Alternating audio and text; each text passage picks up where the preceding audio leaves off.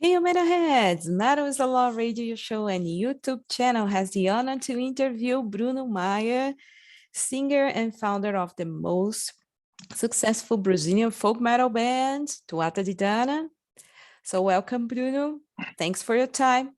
My first question is, TUATHA de Danann is an icon of the Brazilian metal band succeeded internationally. How could you explain such achievement? First of all, thank you very much, Lucy, for the invitation. It's kind of bizarre that there's a kind of Celtic folk metal from Brazil, South Yeah. America. And it's been quite a ride because there's ages that we've been playing and making music. I don't know, I couldn't say why we still why there's so much people yet listen to us, but everything we do is with really passion, love, and that's what we like to do. And when I founded the band, I was only 14. If I count when I start playing in the band, that in 2 years it became TUATHA de Danann. I was 13. I don't know. So I believe there's perseverance. Is this word in English? Yeah, I don't know. perseverance. Yeah, perseverance. Yes, yes. Or And insistence. Uh-huh. resistance, yes, sure. I think that's it. And as there's some people that buy our albums that still go into our concerts and everything, buy your official merchandise, there's some reason for us to keep doing this. Okay, Yeah. great. So, In Nominering album was released in 2020. So, Yes. have you had the chance to play the songs live? And if so, how was it? And do you have any dates planned for future concerts? Yeah, that's our seventh album. Normally airing, it was that's a different album in our discography because this is an album that we plan to be like a tribute to Irish traditional music and culture, because this is kind of the Irish thing is probably the biggest influence. It's around everything we do, the music, the name of the band, TUATHA de Danann, is the people of the goddess Dana, which belongs to the Irish mythology, Celtic mythology. And so when the pandemic started, we were about to enter in studio, and when we said, "Oh, let's do this tribute now," and it was very different to produce and record a full album with that isolation. We were Lockdown. every we were not together really, I kind of wrote the album and planned and booked and did everything by myself at the first time, and doing demos by myself and sending to the other guys. They only came to studio to record. There wasn't any rehearsal or practice. Oh, It was a real regular band thing, was. But we are very happy and proud with the results. And but now we are on 22, right? 2022. 22, And yeah. Mhm. yeah, and the pandemic is kind of finished. So there's not fully finished, not dead, but things are coming back to normal. So we had some concerts already, and Uh-huh. there are some songs we can play in the concerts. If there wasn't this pandemic, at the time we released the album, we were supposed to play more tracks from this album in the concerts. But as it's almost 2 years after we released it, we have Yeah. fans kind of asking for us to play the old songs as well. So you have only 4 songs of this last album in the current line set list. Oh, okay. Okay, I got it.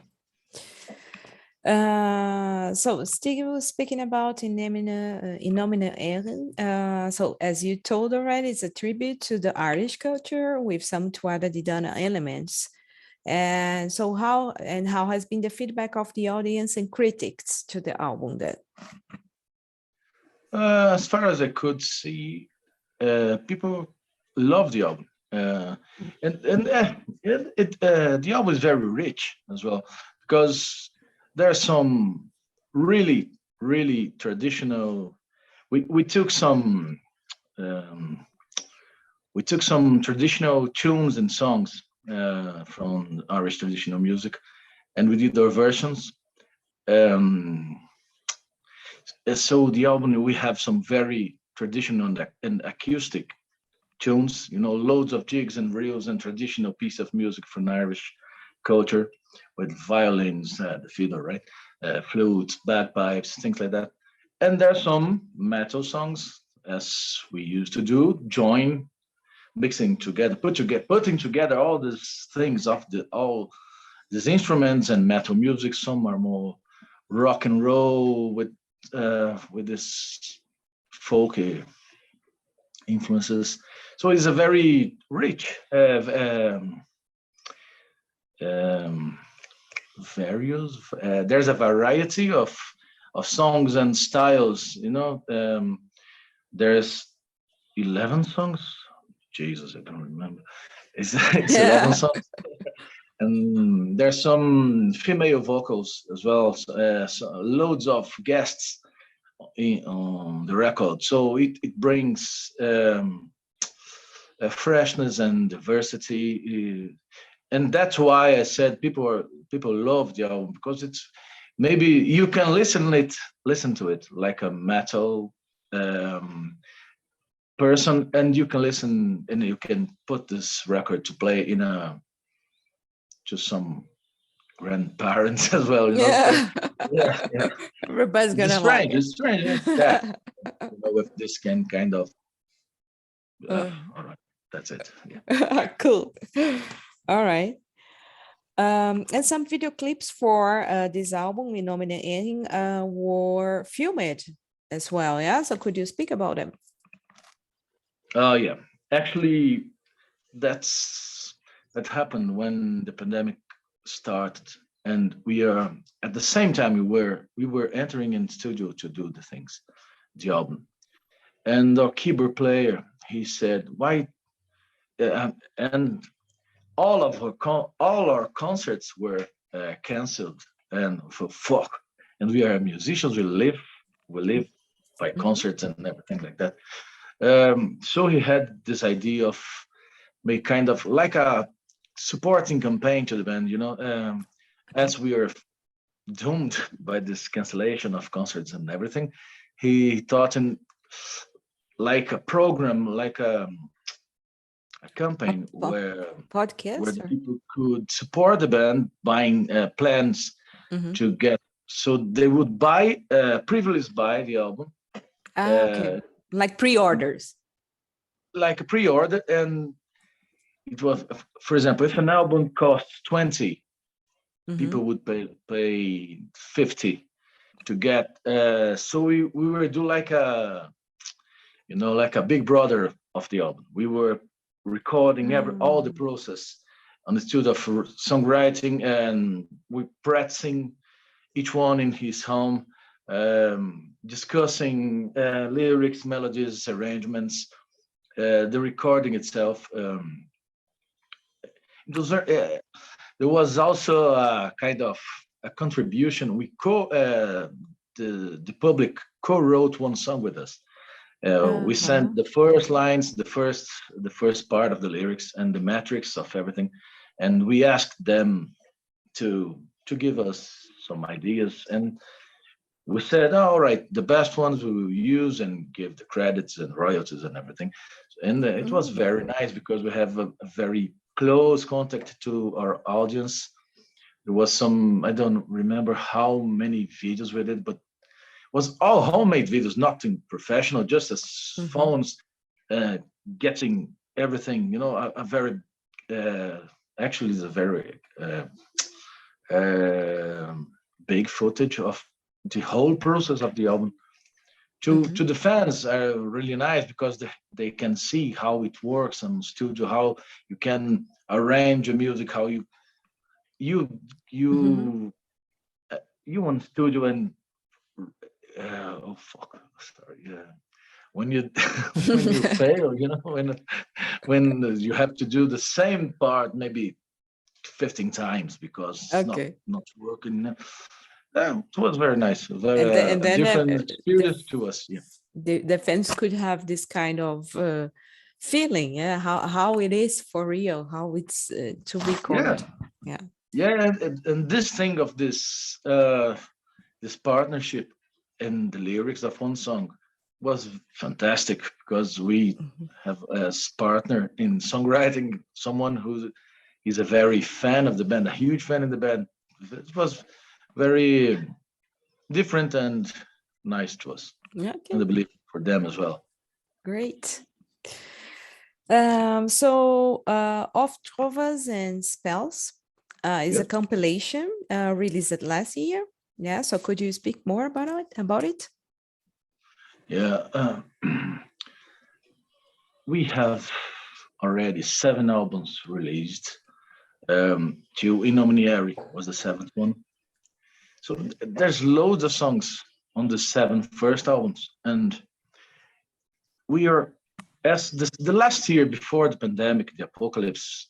uh, we did loads of concerts in different spaces, in different venues, some city hall places, some I don't know. In Brazil, you will know, but maybe not the full audience. The Sesc, Okay, yeah, yeah, and there's yeah. some different people who who frequent these places, who used to go there, and there was always people asking, "Oh, what's the best album for me to know? Oh, what's the best?" Blah, blah, blah. Mm. So I thought, oh, let's do an anthology of the kind of more known and public, the fans' favorites. So we did this compilation of Trovas and Spells. There is 17 songs, uh, loads of songs, 17 songs. Yeah. There's the track list. There's only 16, but actually there are 17. And it was a real Jesus. It was very hard to choose this to choose the songs, Yeah. because there's people's favorites, our favorites. There are some songs that we actually don't like that much, but really represents the band. So Mhm. Mhm. and it's very nice. It's a very nice cover. We get the guy, the artist that who made the three three covers of TUATHA DE DANANN in the past.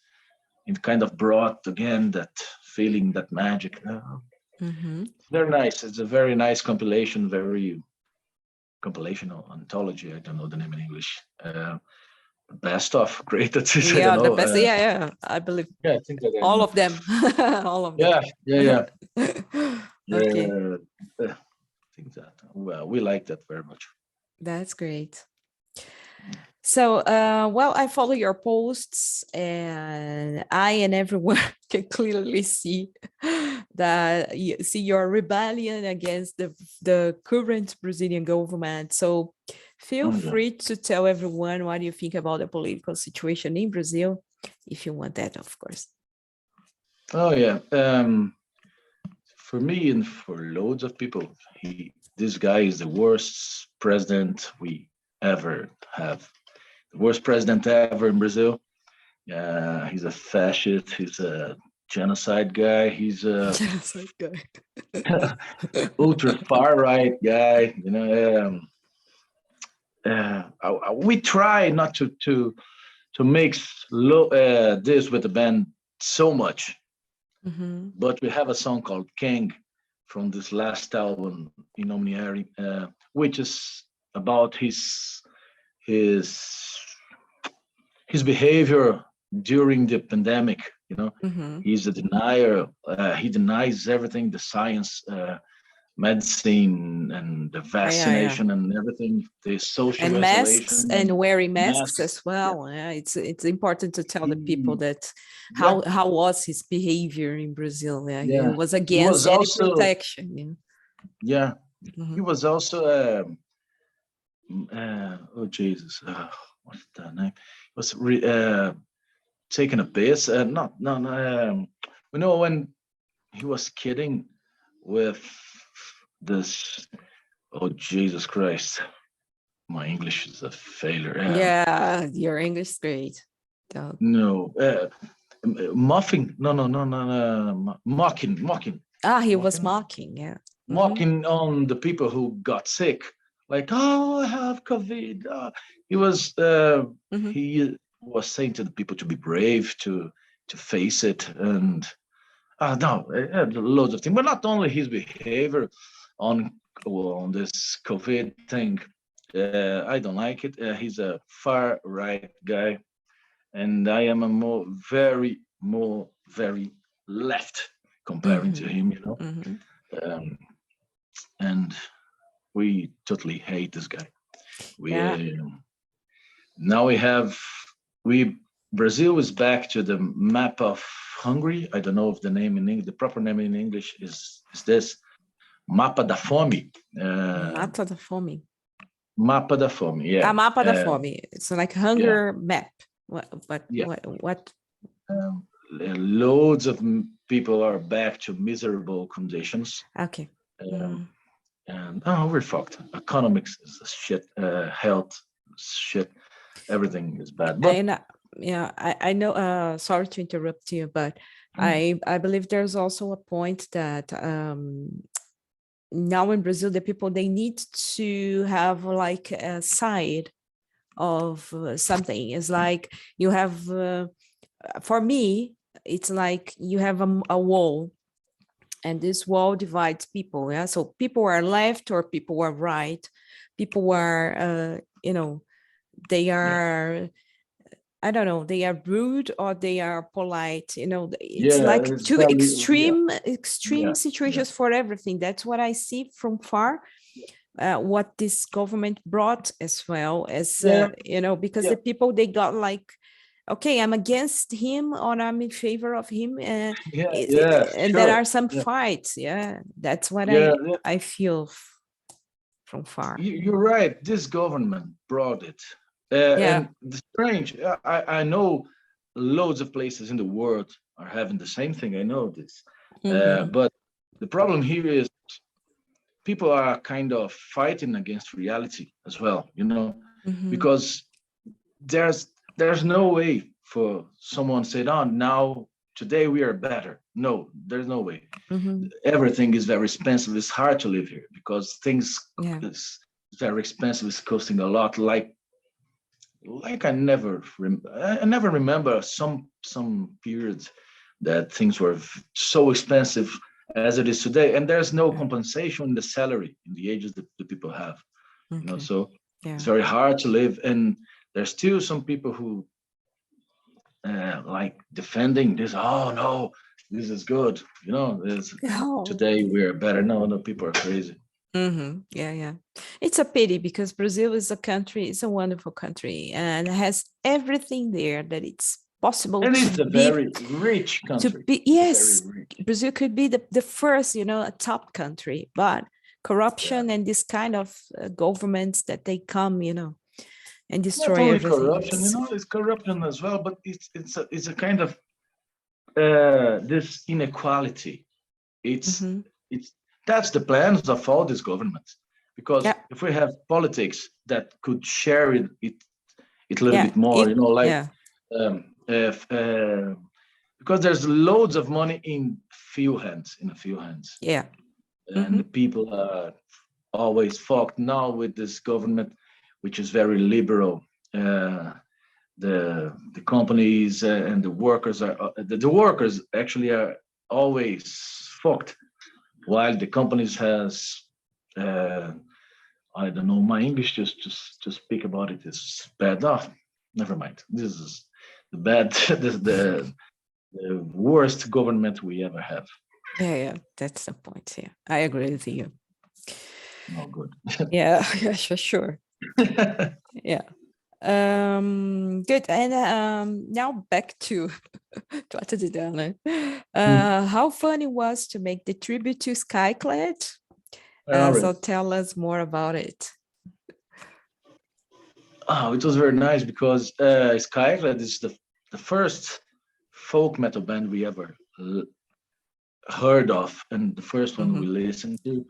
And in my opinion, they are the first folk metal band in history, you know.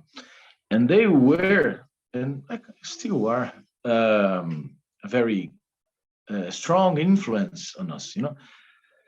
And Martin Walker, the former vocalist and lyricist of the band, one of the founders, he is a very close friend of us. We have some partnerships and in songs we recorded, some lyrics he wrote, and vocals he tracked. And he's a very close friend. We love him. So when there was this opportunity of we were still in the pandemic, so to not do the same thing again of playing our songs like collab videos, you know, each one in his place, his own place, track and look. We said, let's do something different. Let's do a tribute to Skyclad, because there was 3 or 4 times that Martin Walker came to Brazil and we toured with him. We are like his support band. So we know those songs, we know how to play that, we like that. So for us, it was very easy to do and very fun. That was fun, and it sounded nice, I think. You know, there was some guests doing vocals in different songs. I really like that. Yeah. Good. Now, Tingara Latingarum was the debut album and also the one responsible to bring popularity to the band. How the idea to turn your love for Ireland into metal, mixing to an undeniable Brazilian vibe, came into your mind? Jesus Christ. Actually, Tingara Latingarum is a very strange name, and that's our second album. But I believe this album, he is actually the first one that kind of brought the identity of the band. It's because the first album as well is from 1999. It's called TUATHA DE DANANN, and the content of that album was a bit different. That the paths we took after, you know. And Tingara Latingarum, we brought some different influences and colors and everything. We can get some Beatles influence. The Celtic thing is more evident there, but there are still some cultural vocals and normal vocals. I don't know if you use this thing, normal vocals. No. Some female voices as well. Clean, Jesus, of course, clean. And from Tingara Latingarum on, we were really evolving the band's sound and composition. It's 21 years old now, because last year when we did a special edition of the album, it was celebrating celebrating the 20 years of the album. And what's the end of the question? Sorry, I forgot. Yeah. The question was how the idea of having or making this album came into your mind. This mix with a Brazilian, we can feel this vibe of a Brazilian vibe, and the love to metal. And I don't know. Was it planned, or you just because I don't know, at that time maybe the people would follow I don't know, let's have a metal band like Black Sabbath or Iron Maiden or something like that, and you All just right. came You with kind of something touched me. completely original. I mean, All right. there were All right. no bands doing that at that time. All right. Yeah, I mean, Yeah. No, I know what you mean, but mhm. but you want to know how this idea of put together the Celtic thing, metal and everything, right? Yeah. Mhm. Yeah. Yeah. So I know, but when I think of it, I think in the first demo tape of the band, which was 1996, and Okay. and yeah, and our second demo was 1998, called Feriage, when we really brought these things all together. Mhm. This Celtic thing is I came with it because when I was young, Mhm. um, in the 80s, there was a TV cartoon on in Brazil from King Arthur. You know SBT? Yeah, of course. Something. All Of right, so course. all right. There was a TV cartoon, a Japanese cartoon about King Arthur and the Knight of the Round Table, and I was really knocked out for that. So there was the Thundercats, He-Man, Popeye, but I really loved the King Arthur. So my mother's gave me a book, which in its summary uh, was written that King Arthur's legends belong to the Celtic mythology. So that word Mm. Celtic, Celts, kind of cast me, Uh, and I began Celtic maniac. Was looking Ah. there wasn't internet at the time. I have to go to public libraries Mhm. from different cities to and collecting stuff and that blah blah. So it was very natural when I decide to make a band, what would be the content. Mhm. So which was clearly in my mind. I put Yeah. together my two passions: music, metal, and the Celtic thing. Uh-huh. Of course, in time, this passion was became a little bit more serious, academic, uh, and this is still with the band. Yeah, Mhm. yeah. Sometimes we we discuss different elements like politics, like nature, um, social, environment, and things like that. But this is still the main content in the band. This is strange, but Yeah, yeah, but it was completely that was the thing of the Tuatha De Danann at that yeah, time. I believe that's yeah, because that's why that was the reason that, in my opinion, it was like a boom at that time. I remember I was living in yeah. São Paulo at that time, so All right, yeah, I can see it by your accent. yeah. So good. So which are the Tuatha De Danann plans for the future? Ah, of course, we want to keep doing albums and concerts. Um, we have some concerts to do in this forthcoming month, and probably we will release a new album this year, to Uh, more to the end of the year, okay. and we hope we can be back to Europe to do more concerts and still doing it in Brazil. It would be very good. Mhm. Yeah. Yeah. Hopefully. Good. And which are your main metal influences as a musician? Metal Yeah. influences. All right. I believe Amorphous is one. Ah, Yeah, Morpheus. yeah. Especially, I love what they're doing today, especially their last three albums. But the first ones, especially Tales from the Thousand Lakes and Elegy, Okay.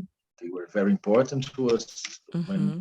to me, when I was starting the band, a huge influence. Amorphous, let me see. Uh, Iron Maiden.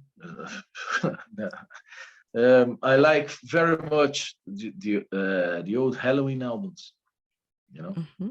and Let me see.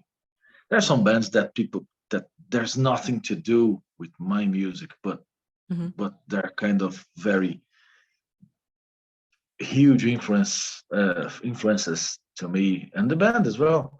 Paradise Lost, My Die Bread, Yeah. Anathema, yeah, and I think that's all right. Otherwise, I'll be naming lots of bands and Yeah. Skyclad, of course. Yeah, And Skyclad. Skyclad, of course. Yeah. Yeah. All right. Good. But the And main influence in my life is the Beatles. okay, so this is number one, like number one. Okay, good. Yeah, but that's that.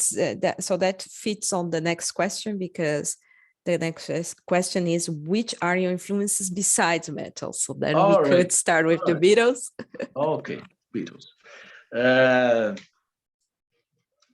The Irish music, traditional music, very strong thing in my life since my youth.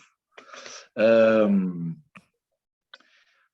Zeppelin, I like very much. Jethro Tull, yes. Genesis, Electric Light Orchestra, Renaissance.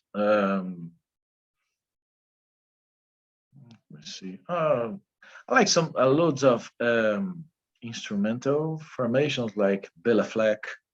Let me see, Aldo Meola, I like very much. Let's see. I like. There's loads of influences as well, but the main thing is the Beatles, the Irish music, progressive rock, and metal. Okay. All right. Yeah. Okay. Good. And now I have a situation for you. Okay, this situation is like a standard situation. I ask them to everyone who is interviewed on Matters Law. So suppose you are a bad guy and got in trouble and had life imprisonment for this as a sentence, and you can have nothing with you but 3 albums that you can list for the rest of your life, because one of the guards of the prison is a nice guy and gave you them as a gift. So which albums would you choose and why? If you can explain why, or yeah. Jesus Christ. Probably I would take, oh, fuck, what a question. Yeah, it's difficult. I know. No. All right. Maybe I would take one of each style I admire. I admire most. One Beatles number ones, the red one that they released maybe 10 years ago. Okay. There's an Irish American band called Solace. Actually, there was. They have a live album, which is a double album that I love it. Okay. This one as well. And maybe Edge of Sanity, The Spectral Sorrows. Maybe those three. All right. Yeah. Okay. Yeah. Very good. Yeah. Good. And to finish our interview, would you like to leave a message for your fans who are watching or listening to us? Oh yeah. First, thank you again, Lucy. Yeah, you're welcome. And then to people who don't know our music yet, give us a chance. We have our Spotify, there's a YouTube channel or website with this TUATHA DE DANANN. It's better to write it down. And give us a chance, listen to our music, and I hope to see you soon. Yeah, all those links will be on the description of this video, okay, and on the post, so the people can find everything about TUATHA DE DANANN really, really easily, right? Yeah. Right. Okay. So, all right. So thank you again, Bruno, for your time for the interview. Thank you all for watching and listening to us, and stay happy. Stay happy.